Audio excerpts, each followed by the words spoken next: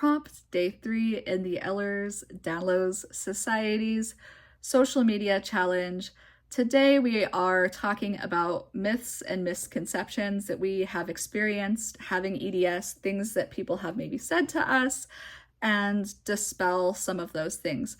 I'll say I haven't had like a lot of super harsh feedback in real life, but I'm gonna speak more on like kind of what I get online. One thing I get a lot is that hypermobile spectrum disorder, or HEDS, both of those, because they don't have a genetic component to them, that they are less severe than all of the other subtypes, and that's not necessarily true. And HSD can be just as bad as somebody with like a severe manifestation of Ehlers-Danlos syndrome. Another misconception I see a lot is, and I got this from a doctor, is that people with Ehlers-Danlos syndrome are tall and they're skinny, and all of their features kind of mimic that. So they have long features and long hands. And I don't know if you've looked at me. I don't. I don't. I have like little mittens. And I'm here to tell you that I have hypermobility in my fingers. And though it doesn't fit like what people would expect, which is more so, there are subtypes that do look like that have like manifestations of like the face and body that are similar to like Marfan's, but that's not everyone. And there's definitely not a look, there's definitely not a size, there's not a gender. It seems like more women are diagnosed with Ehlers-Danlos syndrome. That could be because we aren't diagnosing people enough. I think that Ehlers-Danlos syndrome is, especially the hypermobile type, is a lot less rare than people think. I think there are rare subtypes, but I think me falling under the hypermobile type, I don't feel like I necessarily have claim to be like I have this super rare type of Ehlers-Danlos syndrome, because I don't. But that doesn't mean that it's any easier to treat, or that I'm going to, just because I have a more popular type of Ehlers-Danlos syndrome, it doesn't mean that I'm going to get the care that I need.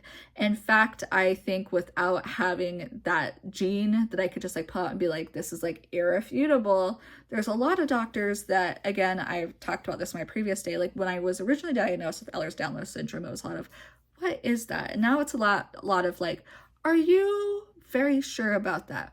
Where were you diagnosed with Ehlers-Danlos syndrome? Why were you diagnosed with Ehlers-Danlos syndrome? Like there's a lot more like, but are you very sure about that? Like they know what it is now, but they have like this negative connotation, this negative vibe to it. I don't know. I don't know why that is. I don't know why that's permeated the medical culture, but it's something that I've definitely noticed. And again, going back to like Ehlers-Danlos syndrome, specifically the hypermobile type or hypermobility spectrum disorder, not being as severe, it absolutely can be. And a lot of people like to say like, oh, like Ehlers-Danlos syndrome, like unless you have like the vascular type, it's not necessarily deadly. And you're sort of right, but there's so many comorbidities that and lack of medical knowledge that I definitely think that somebody even with hypermobile Ehlers-Danlos syndrome, and we've even seen people die within our community with hypermobile Ehlers-Danlos syndrome because of complications relating to our syndrome, to our illnesses.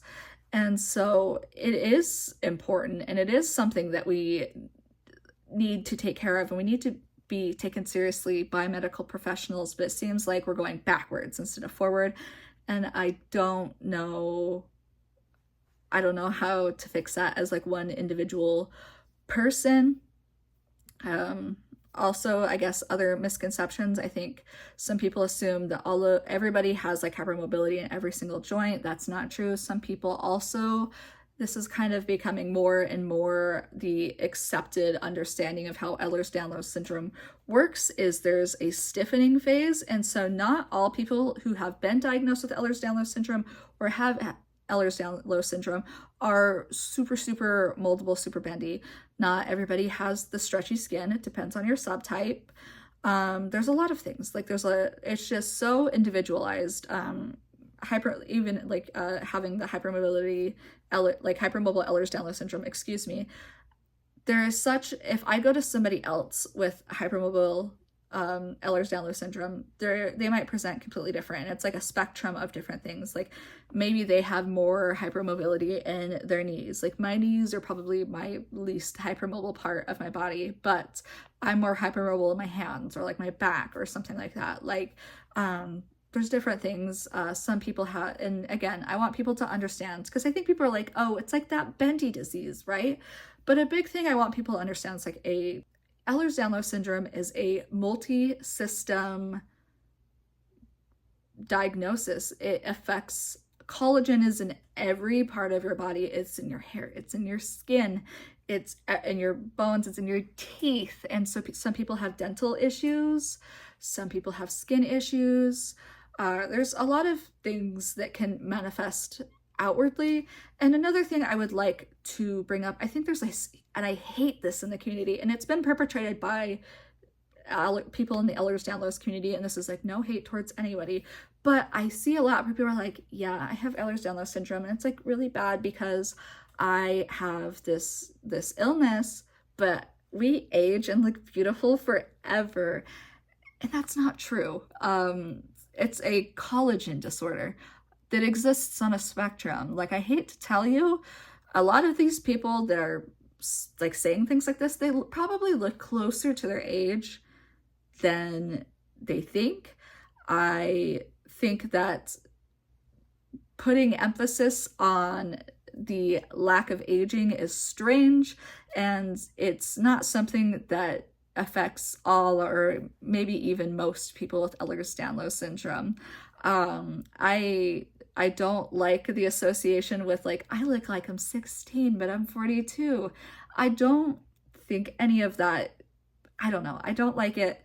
And I don't think any of it really has a lot of credence either. But, you know, I don't know. To wrap this video up here, I will see you tomorrow for day 4. Like I said, we are putting out a video every single day throughout May to celebrate and to bring awareness to hypermobility spectrum disorder and Ehlers-Danlos syndrome and the different types of Ehlers-Danlos syndrome throughout the month in a Vlogmas style video where I will be responding to every prompt put out by the Ehlers-Danlos Society. So a big thank you to them. I don't know if I've said that in any of my videos so far, but thank you guys for putting this together. I think it's really awesome.